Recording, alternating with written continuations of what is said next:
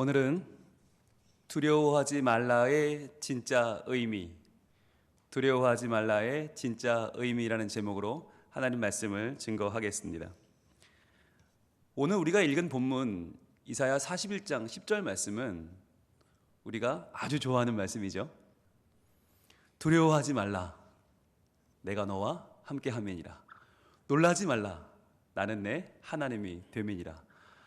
이게 얼마나 큰 힘이 됩니까, 우리에게.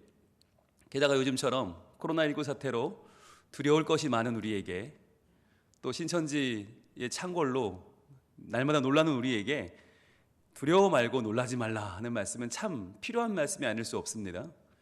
그래서 지난주에 우리가 이 말씀을 나눴잖아요. 두려워 말고 놀라지 말라.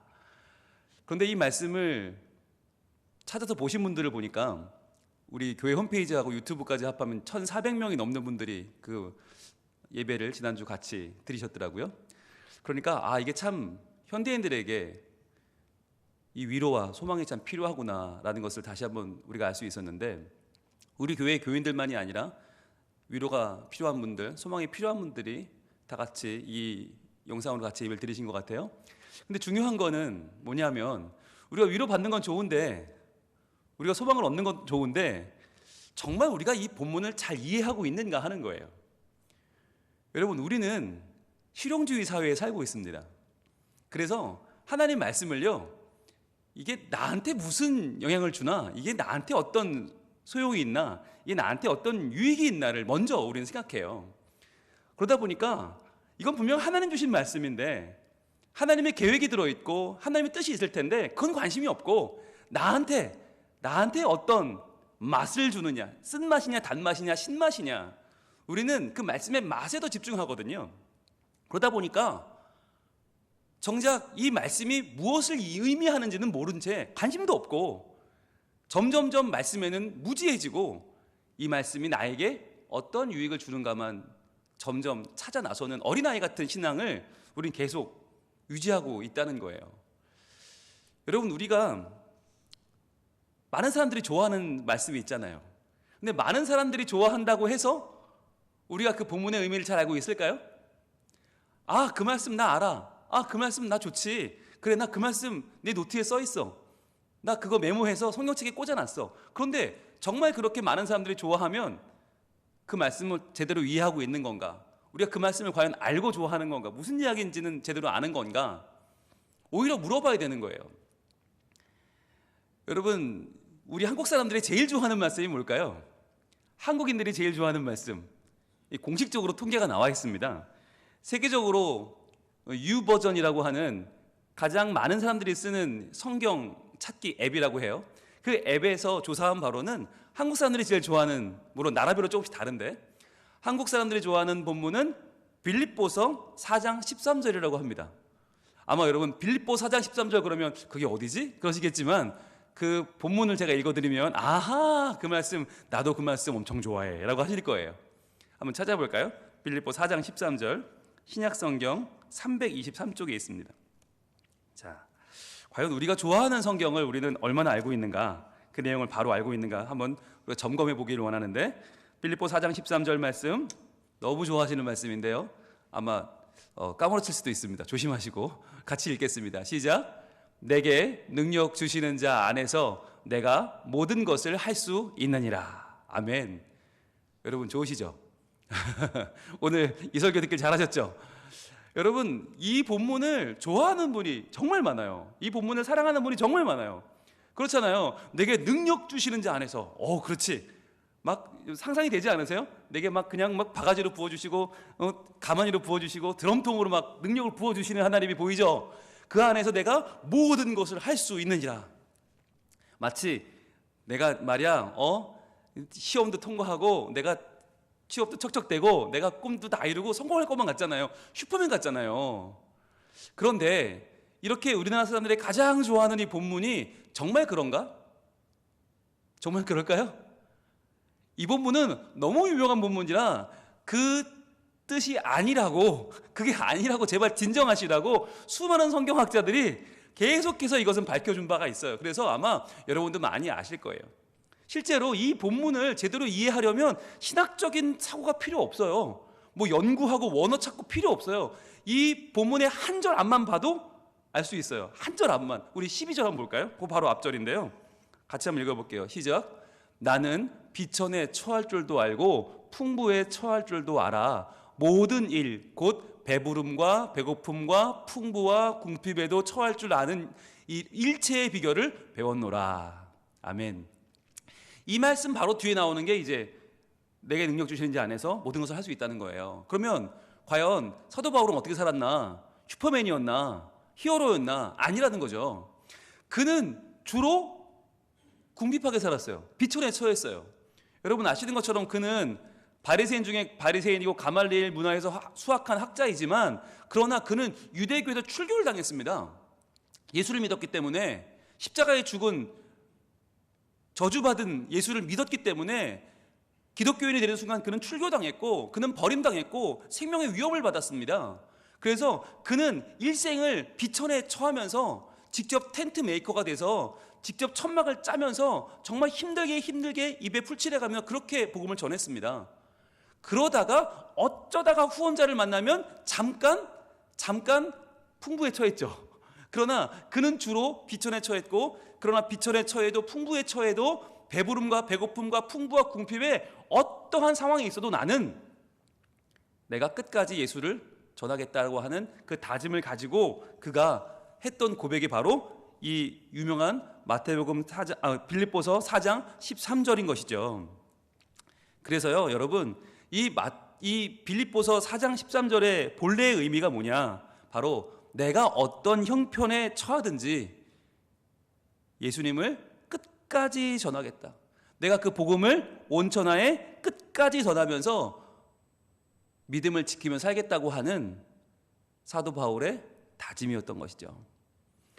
여러분 이 본문은 절대로 내가 뭐든지 할 수 있다, 난 다 할 수 있다, 긍정적 사고방식이 아니고요, 낙관론이 아니고요, 나의 형편에 자족하면서 없으면 없는 대로, 있으면 있는 대로, 주시면 주시는 대로, 그러나 어떤 형편이든지 내가 복음 전하는 일을 포기하지 않겠다고 하는 사도 바울의 눈물 어린 고백인 것이죠. 그러니까 우리는 이런 식으로 참 많은 오해를 하잖아요. 여러분 이 빌립보서 4장 13절을 우리가 이해할 때 이게 어디서 한 고백인지를 알면 더 이해가 잘 돼요. 어디서 고백했죠? 감옥입니다. 여러분 빌립보서는 감옥 아니에요. 만약 우리가 생각하는 것처럼 내게 능력 주시는 자 안에서 내가 모든 것을 할 수 있다, 만약에 우리의 생각대로였다면 사도 바울은 어떻게 했을까요? 그 감옥을 탈출했겠죠. 그렇잖아요. 뭐든지 할 수 있는데 왜 갇혀 있겠어요? 그런데 사도 바울은 탈출한 게 아니라 그 자리에서 순교하고 말았습니다. 즉 그러니까 신앙생활이라고 하는 것이 내가 힘을 많이 정말 얻고 내가 능력을 얻어서 다 때려 부시고 세상을 이기는 거냐, 내가 높이 올라가는 거냐, 아니라는 거예요. 오히려 하나님의 뜻을 바르게 알고 내가 처한 자리에서 최선을 다하면서 믿음을 지켜내서 결국에 예수 그리스도의 이름을 위하여 내 자신을 드릴 수 있는가 하는 것, 그것이 믿음이거든요. 그래서 우리는 이 성경 말씀을 좋아하는 게 중요한 게 아니고요, 뜻을 바로 알아야 한다. 그래서 오늘 이사야 41장 10절도 지난주에 우리가 많은 위로를 얻었고 많은 소망을 얻었지만 그러나 그것으로 끝나면 안 되고 그 올바른 뜻을 아는 것이 더 중요하다는 거예요. 그래야 이 말씀이 우리에게 진정한 힘이 되고 능력이 되는 것이지, 단순히 위로 얻고 단순히 소망 얻고 마치 아이들이 사탕 입에 넣어주는 것처럼 그렇게 공갈 젖꼭지 빠는 것처럼 그렇게 지금 잠깐 위로 얻고 넘어가는 것이 목적이 아니라는 거예요. 그래서 이 본문을 바르게 알아야 그 뜻을 알고 우리가 진정한 하나님 나라의 백성이 될 수 있다고 하는 것이죠. 자, 그러면 오늘 본문을 다시 한번 읽어볼 텐데 여러분 기존에 알던 대로 보셔도 됩니다. 이번엔 기존에 알던 뉘앙스대로 한번 읽어볼게요. 자, 이사야 41장 10절 말씀 보여주시죠. 같이 읽겠습니다. 시작. 두려워하지 말라, 내가 너와 함께 함이라. 놀라지 말라, 나는 내 하나님이 됨이라. 내가 너를 굳세게 하리라. 참으로 너를 도와주리라. 참으로 나의 의로운 오른손으로 너를 붙들리라. 아멘. 마음이 따뜻해지시죠? 막 좀 힘이 나죠? 여러분 주로 이 말씀을 언제 전할까요? 목사님들이 신방을 가시면 신방 가면 참 많은 이야기를 듣습니다. 그 가운데는 문제없는 가정이 없거든요. 참 어려운 이야기들을 들을 때 문제 가운데 있는 가정에게 이 말씀을 드리면 굉장히 좋아하세요. 굉장히 위로를 받으세요. 또 언제 이 말씀을 전할까요? 병원에서 입원했을 때, 사고 만났을 때, 또는 수술을 앞두고 있을 때, 목사님 수술 잘 될까요? 그러면 주로 이제 이 말씀을 선포하면 위로를 얻죠. 또는 수험생, 이제 입시를 앞두고 있는 수험생, 정말 막 떨리고 이번 시험 잘 볼 수 있을까? 하는 그런 수험생에게 이 말씀을 주기도 하고요. 아니면 입사 시험을 앞두고 있는 취업 준비생, 아니면 사업을 시작하는 분들 있잖아요. 그런 분들에게도 이 말씀을 주기도 합니다. 자, 그러면서 무슨 말을 할까요? 두려워하지 말라고 말이야. 놀라지 말라고. 하나님이 함께 하시고 하나님이 되시고 굳세게 하시고 도와준다고 그러는데, 의로운 오른손으로 너를 붙잡아 준다고 그러는데 왜 고민하냐고. 걱정하지 말라고. 잘 될 거라고. 1등 할 거라고. 이번 시험 만점 받을 거라고. 이번 수술은 무조건 잘 될 거라고. 이번에 하는 사업은 무조건 대박 날 거라고. 걱정하지 말라고. 자, 최선을 다해서 우리 해보자고. 이렇게 이야기를 해요. 행복하시죠? 하나님이 두려워 말라고, 놀라지 말라고, 내가 도와주겠다고, 내가 붙잡아 주겠다고, 내가 너와 함께 한다고 그러면 좋죠. 자, 그런데 말입니다. 중요한 건 뭐냐면, 여러분, 그렇게 우리가 이 말씀을 이해해 버리면, 그렇게 이 말씀을 받아 버리면 한 가지 중요한 문제가 생겨요. 자, 그러면 누가 하나님이에요? 누가 하나님이고 누가 하나님 백성이에요? 누가 누구를 돕는 거예요? 누가 누구를 돕기 위해 존재하는 겁니까? 목적이 누가 되는 거예요? 누가 목적이고 누가 수단이에요? 여러분, 중요한 문제입니다. 여러분, 우리는 마치 우리의 성공을 위해서 하나님을 우리의 비서 역할처럼 생각해요. 하나님을 알라딘에 나오는 램프의 지니처럼 생각하는 거예요. 내가 시험 보는데 하나님 도와줘야지. 내가 입대하는데 하나님 무조건 나를 함께 해줘야지. 내가 수술을 받는데 당연히 하나님 도와줘야지. 마치 중심이 누구예요? 우주의 중심이 난 거예요. 내가 중요하고, 내가 사업을 하고, 내가 시험 보고, 내가 꿈을 펼치는데, 아니 하나님이 뭐야, 날 도와줘야 하나님이지 라고 하는 생각이 우리에겐 있는 거예요.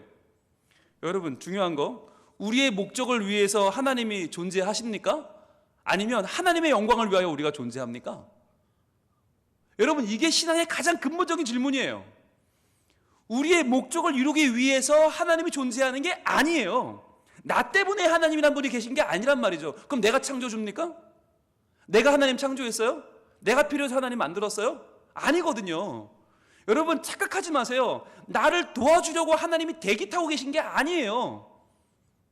하나님이 정말 막 오밀조밀 기다리시면서 아이고 저거 언제 시험 보라 내가 도와줘야 되는데, 아이고 언제 저거 수술 받다 내가 도와줘야 되는데, 아니에요. 저게 언제 사업할까 내가 대박나게 해줘야 되는데, 그렇게 대기하고 계신 하나님이 아니세요. 하나님은 하나님의 영광을 위해서 온 천지 만물을 주관하고 계시고, 하나님은 하나님의 길을 가고 계세요. 그런데 그 하나님의 영광을 위하여, 그 영광을 돌리고 영광을 선포하기 위하여 우리가 존재하는 거예요. 여러분, 역사의 주관자는 하나님이십니다. 제발 착각하지 마세요. 신앙생활을 하면서 우리가 왜 시험에 드냐면 바로 이것 때문이에요. 무슨 놈이 하나님이 나를 안 도와줘? 분명히 목사님 오셔서 두려워하지 말라, 놀라지 말라 선포하셨는데, 내 하나님이 되면이라 내가 널 돕겠다 했는데 시험 똑 떨어졌어. 그럼 시험에 드는 거예요. 분명히 이번 사업 대박 난다고 이사야 41장 10절 말씀 가지고 시작했는데 사업 잘 안 됐어. 그럼 시험에 들어요. 교회 안 나와요. 왜? 하나님 날 안 도와주니까. 무슨 놈의 하나님이 나도 안 도와주면서 무슨 하나님이래. 나 교회 안 나가. 나 이제 봉사 안 해. 나 이제 헌금도 안 해. 그리고는 교회 안 나와요. 여러분, 왜 그렇게 된 거죠? 내가 하나님인 거예요.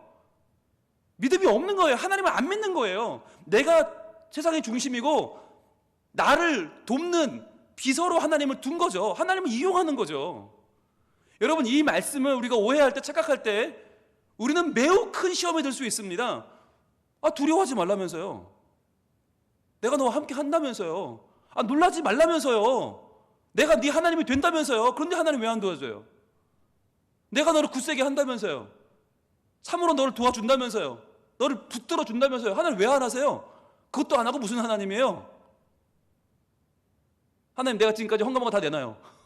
내가 봉사한 거 다 내놔요. 다 물러줘요. 안 해요. 우리는 쉽게 이렇게 말한단 말이에요. 결국은 우리는 하나님을 믿는 게 아니고요, 하나님을 사용하는 거죠. 하나님을 부려먹는 것이죠. 우리는 믿음에 대한 오해를 할 때가 많이 있습니다. 여러분, 믿음이란 무엇입니까? 믿음은 내가 계획한 게 반드시 될 거라고 하는 막연한 기대감이 아닙니다. 믿음이란 내가 하려고 하는 이 일이 분명히 잘 되고야 말 거라는 교만한 자기 확신이 아닙니다. 믿음이란 내가 하는 일을 하나님이 반드시 도와줘야 한다는 어린아이 같은 어리광이 아닙니다. 그렇다면 정말 믿음은 무엇입니까? 믿음은 바로 지금까지 내가 중요하다고 믿었던 가치를 하나님 앞에서 다 내려놓고 하나님이 말씀하시는 그분의 뜻에 나를 굴복시키는 것입니다. 이것이 믿음입니다. 지금까지 내가 믿고 붙잡고 의지하고 감싸 안고 살아왔던 그 모든 것이 실제로 나에게는 의미 있는 것이었지만, 나한테는 생명 같은 것이었지만, 아니 하나님을 만난 뒤에 그분의 나라 백성이 되고 그분을 왕으로 모신 뒤에 지금까지 내가 알고 붙잡았던 가치들은 다 아무것도 아니고 하나님의 영광, 하나님 나라가 정말 나의 인생을 감싸는, 나의 인생을 뒤집는 가장 큰 의미로구나 하는 것을 발견하고 그분 앞에 나를 굴복시켜서 내 삶이 하나님의 거룩한 뜻에 한 걸음 한 걸음 근접해 가는 것, 그렇게 내 인생이 달라져서 하나님의 사람으로 점차 온전해 가는 것, 그래서 천국 백성이 되어 그분의 사랑을 누리며 살아가는 것이 바로 하나님을 믿는 자의 행복입니다. 이것이 믿음입니다. 여러분, 그렇다면 이제 이 믿음의 근거에서 오늘 본문을 다시 한번 보기 원하는데, 이제는 내 욕심을 내려놓고 하나님의 뜻, 하나님의 계획을 우리 마음에 품고 다시 한번 이 본문 읽어보겠습니다. 자, 이사야 41장 10절 말씀 시작. 두려워하지 말라, 내가 너와 함께 함이라. 놀라지 말라, 나는 내 하나님이 됨이라. 내가 너를 굳세게 하리라. 참으로 너를 도와주리라. 참으로 나의 의로운 오른손으로 너를 붙들리라. 아멘. 여러분, 이 말씀은 내가 뭔가를 하는데 하나님이 도와준다는 게 아니에요. 나 따로 하나님 따로 내가 주체가 되고 하나님이 객체가 되어 도와주는 게 아니라 뭐냐? 우리가 하나님의 뜻에 순종할 때, 내가 내 욕심과 계획을 내려놓고 하나님의 영광을 위하여 헌신할 때 어떤 일이 벌어지는가 하는 거예요. 여러분, 오늘 말씀의 배경이 어디냐면 이스라엘 백성들이 나라가 망하고 바벨론으로 포로로 끌려갑니다. 거기서 70년 동안 나라 잃은 서름을 가지고 포로 생활을 합니다. 그리고 나서 70년 후에 하나님이 고레스를 통해서 자유를 선포하게 하시고 돌아오게 합니다. 이제는 폐허가 된 예루살렘, 이스라엘 땅으로 돌아오라고 합니다. 그때 돌아오는 자들에게 주시는 하나님의 음성이에요. 여러분, 근데 그때 바벨론에서 돌아오는 사람들이 많았을까요? 적었을까요?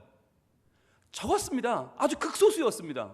하나님은 다 돌아오라 하시는데 실제로 돌아온 사람은 극소수였어요. 5만 명이 안 됐어요. 훨씬 많은 사람들은 바벨론에 남았습니다. 왜? 거기가 좋으니까. 살기 좋고 문명도 발달했고 거기는 땅도 비옥해요. 티그리스 유프라데스 강이 있어요. 세계적으로 유명한 메소포타미아 문명이 일어난 데가 바벨론이에요. 얼마나 땅이 비옥하고 좋은지 예루살렘 돌아오면 거기는 사막이잖아요. 광야예요. 거기는 풀 한 포기가 안 나요. 이 황폐한 땅에 돌아오기가 싫은 거예요. 하나님은 돌아오라 하시는데, 돌아와서 다시 한번 하나님 나라를 만들라 하시는데 대부분의 사람들은 싫어요. 그리고 남았단 말이에요. 게다가 70년의 생활이면요, 1세대는 물론 2세대가 태어났잖아요. 이 2세대가 거기서 바벨론 말을 하고 바벨론 문화에 적응을 해버렸어요. 생활 기반이 다 거기 있어요. 그런데 그걸 다 내려놓고 무려 2400km라고 하는, 목숨 걸고 거길 걸어서 와야 되는데 누가 오냔 말이에요. 안 오죠. 그런데 그 먼 길을 온 사람들은 왜 온 거예요?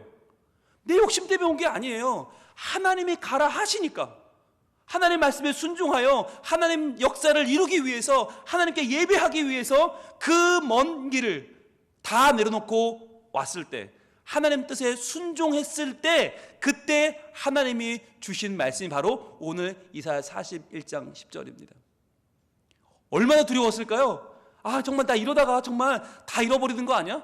70년 동안 거기서 정말 집, 땅, 회사, 사업 다 일으킨 거 다 버리고 오는데 나 이러다 망하는 거 아니야? 얼마나 두려웠을까요? 그들에게 하나님 말씀하는 거죠. 야, 네가 나와 함께 한다는 게 두려워할 일이냐? 내가 너와 함께 할 거야. 두려워하지 마. 두려워하지 마. 2400km 그 먼 길 내가 함께 걸어갈 거야. 그럼 된 거 아니냐? 두려워하지 마. 그리고 야, 너 나와 함께하고 너 앞으로 나 때문에 가치체계가 바뀌고 나 때문에 의미가 바뀌고 살아가는 의미, 돈 벌고 잘 먹고 잘 사는 게 아니라 내가 하나님 말씀에 순종하겠다고 그 먼 길을 올 때 내가 너에게 앞으로 보여줄 나의 영광이 기대되지 않냐? 내 인생의 가치를 하나님의 영광 보는 것, 그 영광 가운데 살아가는 것으로 결정하고 이제 먼 길을 떠나는 너에게 하나님이 영광을 보여주겠어요? 안 보여주겠어요? 보여주죠. 그러면 그 영광을 볼 때 우리는 어떻게 해요? 놀라죠. 근데 하나님 놀라지 말라는 거예요.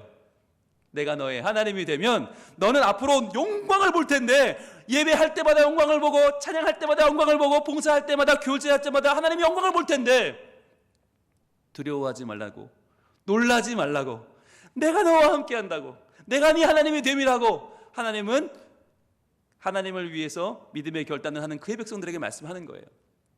여러분, 그런데 중요한 건 이 뒤에 나오는 세 가지의 하나님의 미래형 약속이 더 중요합니다.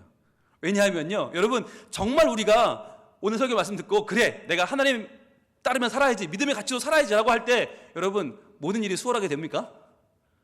나 앞으로 내 잘 먹고 잘 사는 거 포기하고 하나님 영광을 위해 살 거야 라고 하면 제일 먼저 누가 반대할까요? 남편이 반대합니다. 아내가 반대합니다. 미쳤어 당신? 그러면서 가족들이 반대를 하기 시작합니다. 여러분, 우리가 믿음의 결단을 할 때 참 이게 쉽지 않아요. 시작부터가 어려워요. 그래서 여러분, 비행기가 그거 아시죠? 비행기가 연료를 언제 제일 많이 씁니까? 날아오를 때, 이륙할 때 제일 많은 에너지가 필요해요. 그래서 그 에너지가 없으면 비행기는 곤두박질 치고 맙니다. 그래서 하나님이 우리가 믿음의 결단을 할 때 그 순간 시작할 수 있는 힘을 주세요. 그게 바로 뭐예요? 내가 너를 굳세게 하리라예요. 내가 너를 굳세게 하리라. 시작할 수 있도록 도와주마. 힘을 주마. 누가 너를 방해해도, 누가 너를 끌어내려도 할 수 있도록 도와줄게. 이게 내가 너를 굳세게 하리라예요. 그런데 여러분, 출발을 했어요. 2400km 그 먼 길을 출발했는데 여러분, 출발하고 오다 보면 오만 가지 일이 다 벌어집니다. 먹을 게 떨어지고요, 돈이 떨어지고요, 옷이 떨어지고요, 먹을 물은 없고요. 그러면요, 배고프고요, 목마르고요, 힘들고요, 괴롭고요. 중간에 후회가 되겠죠. 나 괜히 왔나? 다시 가야 되나? 나 바벨론에 먹고 살만한데 나 그거 다시 가고 싶어 라고 할 때 어떻게 해요? 참으로 너를 도와주리라. 하나님의 손길이 우리에게 오는 거예요. 여러분, 믿음의 결단을 하고 중간에 힘들어질 수 있어요. 그러나 그 힘든 순간은 우리가 혼자 견디는 시간이 아닙니다. 하나님이 도와주십니다. 믿음의 결단을 했을 때 하나님 반드시 도와주십니다. 내가 참으로 너를 도와주리라. 여러분, 참으로 라고 하는 말이 얼마나 위로가 됩니까? 여러분, 믿음의 결단을 할 때 우리는 걱정해요. 이거 이러다 망하는 거 아니야? 이러다 큰일 나는 거 아니야? 아니, 하나님은 참으로 우리를 도와주세요. 참으로 우리를 도와주세요. 그런데 그 도움이 있어도 우리는 살다 보면 또 괴로움이 찾아오고 절망감이 찾아오고 낭망하게 되고 이제 진짜 망하겠다. 나 정말 망할 것 같아. 이제 바닥이야 라고 할 때 하나님의 세 번째 음성이 들려옵니다. 참으로 나의 의로운 오른손으로 너를 붙들리라. 오른손은 무엇입니까? 능력입니다. 능력의 오른손으로, 의로운 오른손으로 내가 너를 붙들어 주겠다. 결코 망하지 않아. 결코 끝나지 않아. 결코 내가 너를 홀로 두지 않아 라고 말씀하시는 거죠. 여러분, 오늘의 이 이사야 41장 10절 말씀은 나는 나대로 뭔가를 추구할 때 하나님 멀리 보시면서 화이팅, 나이스, 잘해라, 이게 아니에요. 우리가 하나님과 함께 하나님의 영광을 위하여 하나님의 길을 걸어갈 때 내가 나의 영광을 내려놓고 포기하고 나의 꿈, 나의 계획, 나의 욕심, 나의 욕망, 나의 야망, 나의 비전이 아니라 나를 향한 하나님의 뜻을 발견하고 그 뜻을 향해서 내가 믿음의 발걸음을 걸어갈 때 하나님이 반드시 나를 홀로 두지 않겠다고 하는 믿음의 사람들을 향한 하나님의 약속인 줄로 믿습니다. 그래서 여러분, 우리가 내 야망대로 사는데 하나님 나를 도와줘요? 내 비전대로 가는데 하나님 반드시 나를 도와줘요? 여러분, 그런 하나님은 미신입니다. 그런 하나님은 우상입니다. 하나님은 반드시 우리가 하나님의 영광을 향하여 우리의 믿음의 결단을 할 때 하나님 반드시 우리를 바라보시고 우리를 도와주시고 우리를 끝까지 포기하지 않고 우리를 붙잡아 주시는 줄로 믿습니다. 지금 코로나19 사태로 모두가 힘듭니다. 경제적으로, 사회적으로 정말 모두가 바닥을 치고 있어요. 우리만의 문제가 아니죠. 세계적으로 이제는 어마어마한 어려움이 지금 우리에게 밀려오고 있습니다. 여러분, 이럴 때 우리는 결단을 해야 됩니다. 과연 내가 오늘 하루 나를 위해 먹고 사는 것, 오늘 하루 정말 이렇게 어려울 때 내가 나를 위해 계획을 하고 나를 위해 하나님을 끌어다 붙이는 삶을 할 것인가? 아니면 내가 참 나의 주인 되신 하나님, 그분을 온전히 믿고 그분을 온전히 따르면서 내가 하나님의 뜻에 헌신한 삶을 살아야 될 것인가를 결정할 수 있는 좋은 기회예요. 여러분, 평상시에는 우리가 다 잘 먹고 잘 살고 평안할 때는 이게 구별이 안 돼요. 이게 정말 하나님을 위한 일인가 나를 위한 일인가? 그러나 이렇게 어려울 때 우리는 믿음의 결단을 할 수 있습니다. 풍부할 때가 아니라 부족할 때, 강건할 때가 아니라 연약할 때 도리어 우리의 있는 그대로의 민낯이 드러납니다. 과연 우리는 무엇을 주인 삼고 있습니까? 나의 주인은 물질입니까? 성공입니까? 명예입니까? 그것을 위해서 우리는 하나님을 요구하고 하나님을 사용하고 하나님을 이용하고 있지는 않았습니까? 그러나 이렇게 어렵고 힘들 때 우리는 결단할 수 있어요. 하나님, 내가 주인 삼은 모든 것을 다 내려놓고 오직 하나님만 나의 온전한 주인이라고 선포합니다. 주님, 제가 주님을 향하여 걷겠습니다. 주님께 영광을 돌리는 삶을 살겠습니다.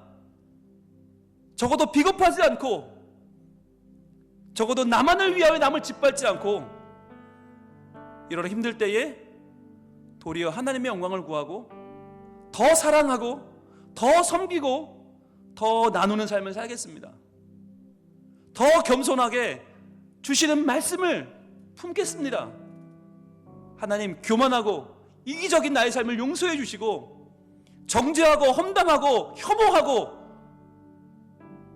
나누려고 하는, 배제하려고 하는 나를 용서해 주시고 주님, 다시금 하나 되는 믿음을 허락하여 주시옵소서. 다시금 하나님의 말씀에 집중하여 하나님의 뜻을 구하게 하시고 지금 내가 손해보는 길이라 하더라도 하나님의 영광을 구하는 올바른 길을 걸어가서 믿음의 결단을 하는 하나님의 자녀가 되게 해 주시옵소서. 그럴 때 하나님께서 우리와 함께 하시고 이 어려움을 이길 수 있는 하나님의 능력을 우리에게 허락하실 줄로 믿습니다. 내가 주인 삼은 모든 것 내려놓고 내 주 되신 주님 앞에 나가서 내가 사랑했던 모든 것을 내려놓고 주님만 사랑할 때에 주님, 이 거친 풍랑에도 깊은 바다처럼 나를 잠잠하게 하시고 내 영혼의 반석이 되셔서 그 사랑 위에 서게 하실 줄로 믿습니다. 이렇게 찬양하겠습니다.